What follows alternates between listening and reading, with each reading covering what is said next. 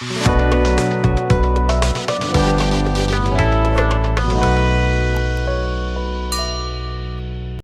हम लोग पढ़ने जा रहे हैं लोग फ्यूज के बारे में, इलेक्ट्रिक फ्यूज के बारे में। नहीं बताइए कि मेन स्विच से कहाँ पे जाता है, फ्यूज में।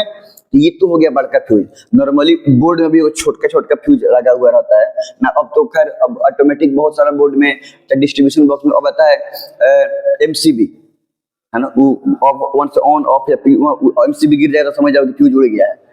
ऐसा होता है, नायका में होता है, मौसम में रखना है। तो खैर उसके बारे में भी हम लोग देखेंगे। लोग होता क्या है, ध्यान से बात समझो। होता क्या है कि अगर मान लो कि कोई भी एक डिवाइस वर्क करने वाला है, मान लो कि हम अपने मन बोल रहे हैं 5 एम्पियर करंट पर, कि मैक्सिमम वो 5 एम्पियर करंट पर वर्क करेगा, ठीक है। और 5 एम्पियर से ज्यादा करंट हो जाएगा तो खराब हो जाएगा।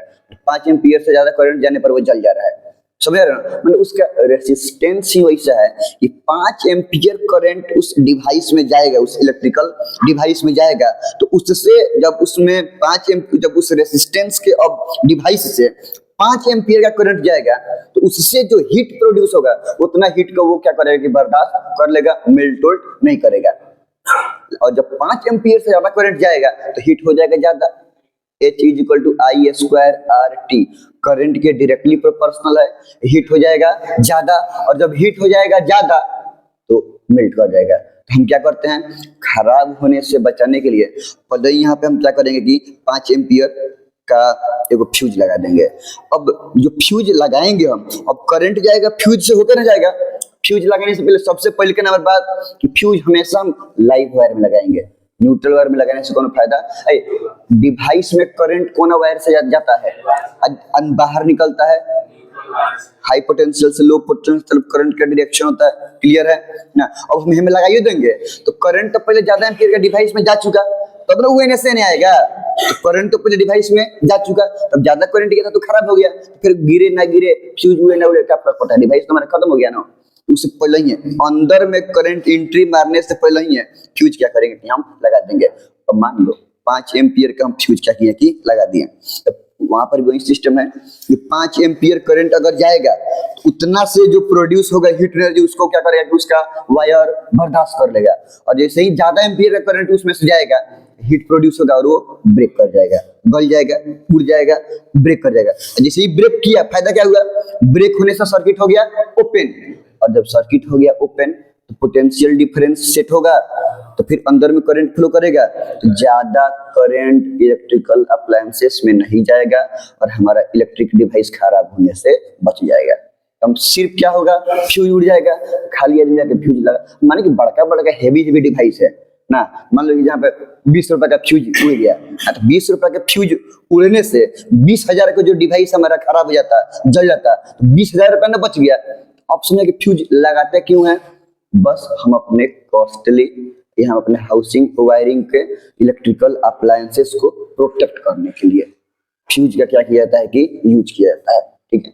फ्यूज एक डिवाइस है जिसको हम क्या करते हैं कि अपने घर के इलेक्ट्रिकल अप्लायंसेस और वायरिंग वगैरह क्या करते हैं कि प्रोटेक्ट करने के लिए फ्यूज अप्लाई किया जाता है, ठीक है। तो एक प्रोटेक्शन डिवाइस है। और फ्यूज किस इफेक्ट पर काम कर रहा है, heating effect of electric current.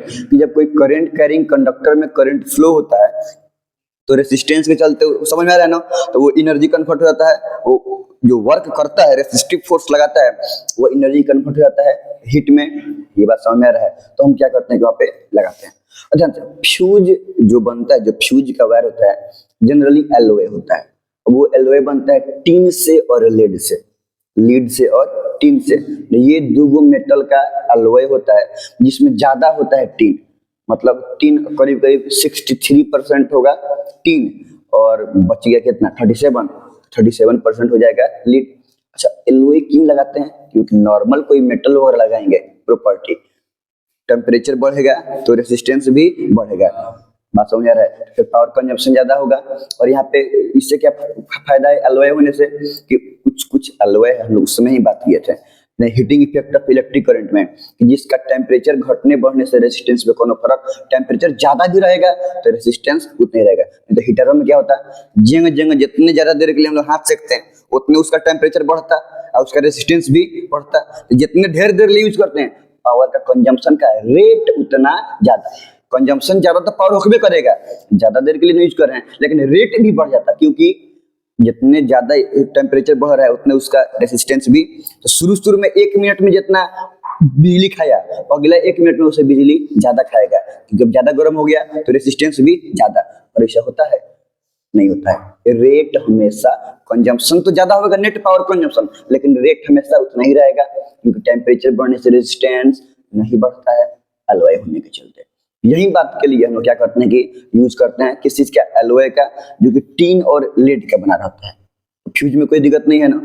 इतना बात हम लोग क्या किया जाए कि सबसे इंपॉर्टेंट बात, फ्यूज को ये बात बताएं कि फ्यूज को हम लोग हमेशा यूज करते हैं कहाँ पे, लाइव वायर में आदमी लगाता है, बाकी सब वायर में नहीं लगाएगा। अच्छा, एक और बात कि कोई भी डिवाइस का जितना रेटिंग करंट रहता है उससे थोड़ा ज्यादा, बहुत ज्यादा नहीं, उसे हल्का सा ज्यादा करंट रेटिंग का फ्यूज हम लोग को लगाना चाहिए। जैसे मतलब कोनो डिवाइस का अगर रेटिंग करंट है कि मैक्सिमम वो 10 एम्पियर करंट बर्दाश्त कर लेगा, तो हम फ्यूज हल्का सा 10.5 10.7 के आसपास लगाना, 10.2 के आसपास लगाना हल्का सा, क्योंकि 10 एम्पियर पर तो वो वर्क कर ही लेगा।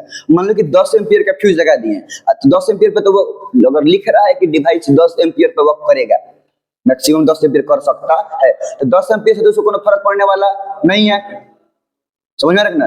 10 एम्पियर पर अगर हम गल जाएगा तो जिस पे वर्क कर सकता था गल जाएगा, तो डिस्टरबेंस होगा कि नहीं होगा, बार बार फ्यूज उड़ेगा, बार बार में वो डिवाइस है 10 एम्पियर का, तो गारंटी है कि 10 एम्पियर करंट वो खींचेगा, 10 एम्पियर करंट खींचेगा, क्या होगा कि फ्यूज उड़ जाएगा, तो बार बार खींचेगा, बार बार फ्यूज उड़ जाएगा। इसलिए हमको क्या चाहिए कि रेटिंग से करंट, रेटिंग जितना है उस रेटिंग करंट से थोड़ा सा हल्का सा, बहुत ज्यादा भी करो, बहुत ज्यादा अगर फ्यूज हम करेंगे बहुत ज्यादा एम्पियर का, तो उससे ज्यादा जाएगा तो अपने से जल जाएगा। एक बार बहुत स्लाइटली मोर बोले, बात समझ रहे हैं, स्लाइटली मोर करते हैं कि एग्जैक्ट जितना लिखा है उतना मैक्सिमम करंट भी खींचे, तो आराम से क्या है कि चले, उतना पर तो जलने वाला नहीं है, तो आराम से क्या हो कि जले। लिखा रहता है, कोई भी बल्ब वगैरह कुछ भी खरीदना सब उस पर लिखा रहता है कि इतना एम्पियर, इतना वोल्ट, सब लिखा रहता है। फ्यूज पर भी लिखा रहेगा इतना फ्यूज, जाके बोलो ना कि 5 एम्पियर का फ्यूज दीजिए दुकान पर, तो फ्यूज दे देगा। तो तुम जैसे बोलेगा वैसे क्या करेगा कि दे देगा। अपने से आदमी बोलते हैं भाई सामान दीजिए, उसके अकॉर्डिंग फ्यूज दीजिए, दुकानदार समझदार है, जो सामान देता है उसके रेटिंग करंट के अकॉर्डिंग फ्यूज दे देगा, उसका वही काम है, तो उसको ऑटोमेटिक सब पहले से क्या होता है कि पता रहता है। अब फ्यूज के बारे में हम लोग पढ़ रहे थे, यहाँ तो कोई दिक्कत नहीं है, पहले इतना लिख लीजिए, फिर पढ़ेंगे ओवरलोडिंग और शॉर्ट सर्किट के बारे में।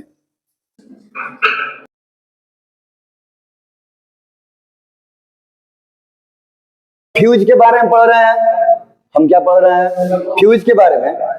Electric fuse is a device which is used to protect our expensive device and domestic wiring of circuit. Expensive device जो महंगा डिवाइस है उसको, और सर्किट के डोमेस्टिक वायरिंग के तुम सबको बचाने के लिए हम लोग क्या करते हैं कि फ्यूज यूज करते हैं। इसलिए पहले ही एगो मेन फ्यूज रहता है, मेन स्विच से निकलते एगो मेन फ्यूज रहता है, तब तो पूरा घर में क्या होता है कि सप्लाई जाता है। बाकी घर में बाकी सबके अकॉर्डिंग तो होबे करता है नहीं, हालांकि हम यहाँ पे बल्ब में लगा के चेक किए हैं, हालांकि बल्ब में स्पेशली फ्यूज नहीं लगाया जाता है, ठीक है।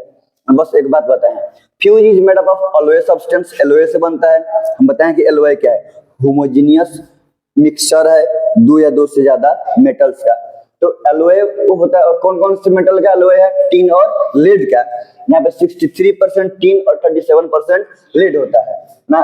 टीन का सिंबल क्या होता है, SN, लीड का PB।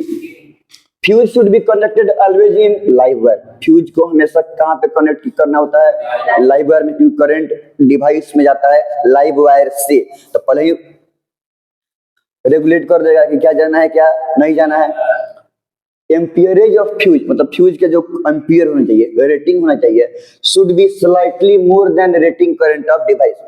कोई भी डिवाइस का जितना रेटिंग करंट है उससे कम तो होगा ही नहीं, उससे हल्का सा क्या होना चाहिए कि ज्यादा होना चाहिए, ताकि जितना रेटिंग है उतना भी करंट अगर खींचे तो उसके वर्किंग में कोई डिस्टरबेंस ना हो। जब ज्यादा करंट जाएगा तब क्या हो कि मेल्ट हो जाए, तो बहुत ज्यादा भी नहीं, स्लाइटली मोर होना चाहिए। when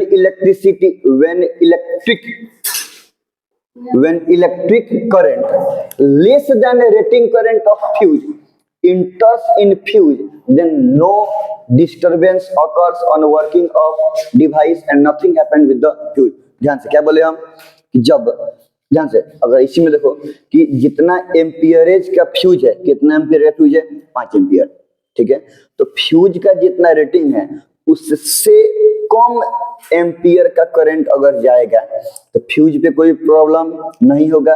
इस करंट से जितना हीट जनरेट होगा उतना हीट पर ये मेल्ट नहीं करेगा, उतना हीट से ज्यादा होता है इसका मेल्टिंग पॉइंट, ठीक है। तो आराम से उतना करंट पर ही वर्क करबे करेगा, तो कोई प्रॉब्लम, डिवाइस भी वर्क करेगा और फ्यूज के साथ भी कुछ नहीं होगा, ठीक है। लेकिन if current more than rating current enter through fuse, then it become hot and melt and prevent the high current to enter in our device. High current को अंदर जाने से क्या कर देगा कि रुक जाएगा। कैसे ध्यान से, इसका कितना, यहाँ पे जो फ्यूज था कितना एम्पियर का फ्यूज था, 5 एम्पियर का, करंट जा रहा है 6 एम्पियर के, तो 6 एम्पियर के करंट से उतना हीट एनर्जी प्रोड्यूस होगा जो सफिशिएंट होगा इसको क्या करने के लिए, मतलब इस मेल्टिंग पॉइंट से ज्यादा टेम्परेचर हो जाएगा तो फ्यूज क्या होगा, 5 एम्पियर का है तो ये भी कहीं ना कहीं 5 एम्पियर के आसपास का होगा, तो उससे कम करंट पर तो कोई प्रॉब्लम नहीं होगा। लेकिन अगर 6 एम्पियर का करंट जाता तो जल जाता, खराब हो जाता। लेकिन क्या हुआ है, 6 एम्पियर करंट जैसे गया है ये गर्म होकर टूट गया है, मेल्ट हो गया, फ्यूज उड़ गया। अब 6 एम्पियर, अब सर्किट हो गया ओपन, जब सर्किट ओपन डिफरेंस नहीं बनेगा और करंट इसमें नहीं जाएगा। समझ में आ रहा है? इस तरीके से हाई करंट इसमें इंटर होने से बच गया और हमारा डिवाइस खराब होने से बच गया, प्रिवेंट हो गया। तो ये है क्या, और फ्यूज कौन सा एप्लीकेशन पे काम करता है, heating effect of electric current, ठीक है। इसके बाद एक चीज पढ़ते हैं, ओवरलोडिंग। घर पे अक्सर सुनने में आता है ओवरलोडिंग, और ज्यादातर अक्सर ऐसा होता है कि जब जब ओवरलोडिंग होता है तब तब मेन फ्यूज उड़ जाता है। बात समझ रहा है? देखो मेन फ्यूज का भी तो अपना एक रेटिंग होगा, होगा कि नहीं होगा, मेन फ्यूज का भी अपना एक रेटिंग होगा। अब ध्यान से, अब जितना रेटिंग होगा मेन फ्यूज का मैक्सिमम उतना ही करंट उससे जाएगा, तो फ्यूज पे कोई असर नहीं। जब उससे ज्यादा करंट जाने लगेगा फ्यूज क्या हो जाएगा, उड़ जाएगा। होता क्या है, जब घर में एक साथ हाई पावर का बहुत ज्यादा डिवाइस ऑन हो जाए, जैसे मान लो कि हमको ठंडा के दिन में नहाने जाना है तो मोटर ऑन किए कि फ्रेश पानी आवे, और जाकर गीजर ऑन कर दिए, गरम गरम पानी हो नहाने के लिए, तो मोटर भी ऑन है और ये गीजर भी ऑन है। बस में तो कोनो आदमी घर में बैठ के टीवी देख रहा है, फ्रिज ऑन है, तो एक साथ हाई पावर का एक से ज्यादा डिवाइस क्या है कि ऑन है। तो जौन जौन जितने ज्यादा डिवाइस है उतने ज्यादा क्या करेगा कि करंट खींचेगा। तो मेन सप्लाई वाला वायर में, मेन वायर में उतने ज्यादा क्या होगा कि करंट जाएगा, और जैसे ही जब हाई पावर डिवाइस बहुत ज्यादा एक साथ ऑन रहेगा तो ज्यादा करंट जाएगा, और जब ज्यादा करंट जाएगा तो फ्यूज क्या होगा कि उड़ जाएगा। तो इसलिए फ्यूज उड़ता है। तो ओवरलोडिंग क्या है, कुछ नहीं, डोमेस्टिक वायरिंग में मैंने घर पे हाई पावर का बहुत ज्यादा डिवाइस एक बार में जब यूज होता है तब क्या होता है, घर में ओवरलोडिंग होता है। यहाँ तो कोई दिक्कत नहीं है ना। तो ये हो गया एगो ओवरलोडिंग, और एक बच गया शॉर्ट सर्किट। ध्यान से, शॉर्ट सर्किट कब होता है, सुन रहे हैं सब, जब गलती से लाइव वायर और न्यूट्रल वायर एक साथ सट जाता है तब क्या होता है कि शॉर्ट सर्किट होता है। ध्यान से बात सुना सब, शॉर्ट सर्किट होता है तो क्या होता है, इतना तो पता है कि अगर कॉपर या मेटल है तो मेटल का तो एक बॉल, एक बिजली जा रहा है, बॉल से होकर जा रहा है, तो बॉल इस सब का रेजिस्टेंस ज्यादा है, जिससे तो हीटिंग इफेक्ट होगा, बॉल जलेगा। या जहाँ पे जो भी डिवाइस यूज करते हैं वो डिवाइस उस रेजिस्टेंस के अकॉर्डिंग वर्क करता है। लेकिन जब दो तार सट गया है तो वायर है, मेटल है, उसका रेजिस्टेंस से बहुत बहुत कम। जब रेजिस्टेंस है कम तो उसमें करंट फ्लो करेगा बहुत ही ज्यादा। जब बहुत हाई करंट एक बैग शुरू में बॉल होकर गुजर रहा है तो कोनो फर्क नहीं पड़ रहा है। लेकिन जैसे ही अगर मान लो कि हम भले ना तार अलग अलग बनाते हैं, अगर समझाता है, बट एक्चुअली में डोमेस्टिक वायरिंग जो होता है और तार अलग अलग रहता है क्या, दोनों तरीके में लपटाइल रहता है, नहीं लपटाइल रहता है क्या, दोनों तरीके में सटा रहता है। और कहीं से मान लो कि एगो तार कहीं एक इंसुलेशन खत्म हो गया और दूसरे का भी इंसुलेशन खत्म हो गया, दोनों सट गया, लाइव वायर, तो लाइव वायर आ गया कांटेक्ट इसके में न्यूट्रल वायर के। अच्छा, कोई भी फॉल्ट के चलते लाइव वायर और न्यूट्रल वायर सट गया तब जाके क्या होता है, शॉर्ट सर्किट। और जब शॉर्ट सर्किट होता है, ध्यान से, तो वायर का अगर कॉपर है चाहे कोई भी मेटल है, रेजिस्टेंस होगा बहुत ही कम। जब बहुत तब उसमें से करंट पास कर रहा है, जब रेजिस्टेंस होगा कम तो एक बैग बहुत हाई इलेक्ट्रिसिटी पास करेगा।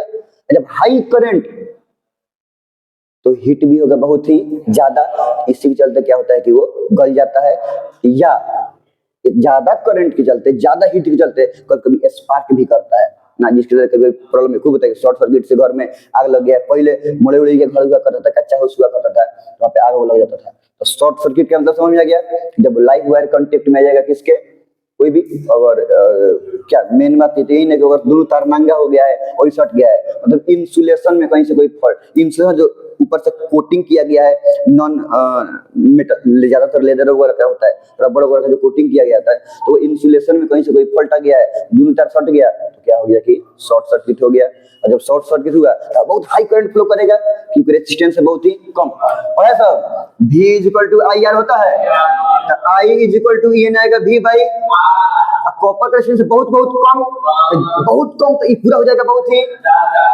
जब हो जाएगा बहुत ज्यादा, तो ज्यादा करंट पास करेगा, और जब ज्यादा करंट पास करेगा तो H is equal to I square R T. जब E है बहुत ज्यादा, इसका स्क्वायर भी अपने ज्यादा, इंटू E करेंगे तो हीट हो जाएगा बहुत ही ज्यादा, तार मेल्ट कर जाएगा, और अगर छोटा है करता है, समझ में आ रहा है ना, तो वहां से मतलब चिंगारी भी निकलता है, समझ में आ रहा है ना। ये प्रॉब्लम होता है कब, जब शॉर्ट सर्किट होता है, इतना मत लिख लिया जाए।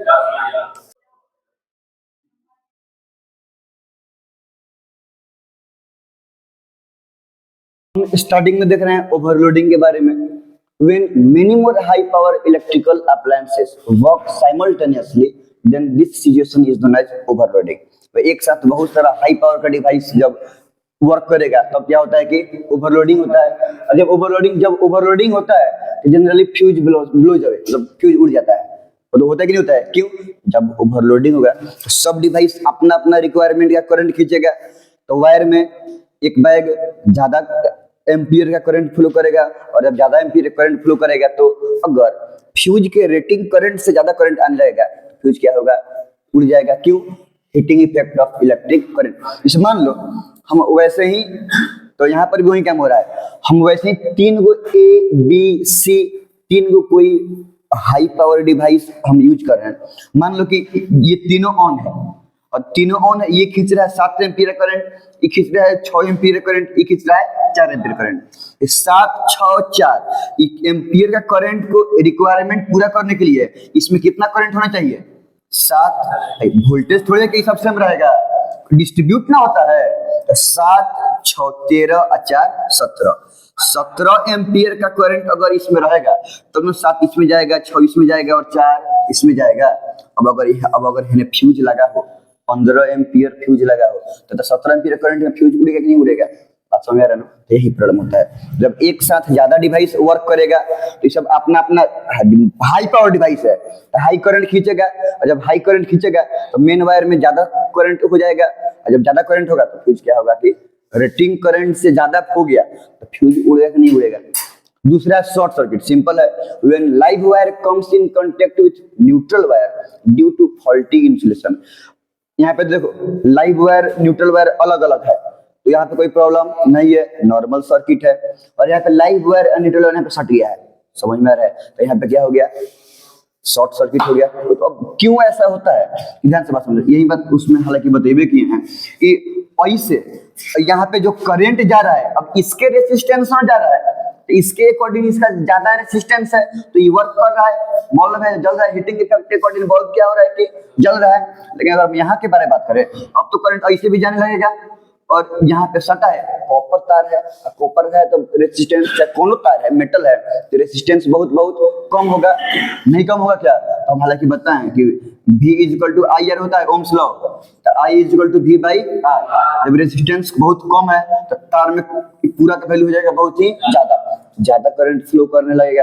अच्छा, बल्ब बुझा जाता है, जब शॉर्ट सर्किट होता है तो बल्ब भी क्या होता है कि बुझ जाता है। क्यों बल्ब बुझता है? करंट तो रबे करता है, होता ये है, ध्यान से। शुरू में ये 220 वोल्ट पे और ये 0 वोल्ट पे, ये 220 वोल्ट पे और ये 0 वोल्ट पे, तो दोनों के बीच में डिवाइस के अकॉर्डिंग पोटेंशियल डिफरेंस होगा, नहीं हुआ क्या? और यहाँ पे जब शॉर्ट गया है तो ये जितना वोल्ट पे है ये सब तार सेम वोल्ट पे आ जाएगा, समझ में आ रहा है ना? जब सब 220 वोल्ट पे जाएगा तो इसके थ्रू डिफरेंस रहेगा। हाई 220 वोल्ट पे 220 सटा हुआ है, सब तार 220 वोल्ट पे है ना, 220 वोल्ट है ना, 220 वोल्ट डिफरेंस कुछ भी हुआ का इलेक्ट्रिक करंट तो फ्लो करेगा कब? जब डिफरेंस कुछ ना कुछ होगा तब, तो वो तो खैर बात की बात है। उससे पहले तुरंत हाई करंट फ्लो करेगा और क्या होगा कि ये मेल्ट कर जाएगा, ऐसा होता है। ठीक है।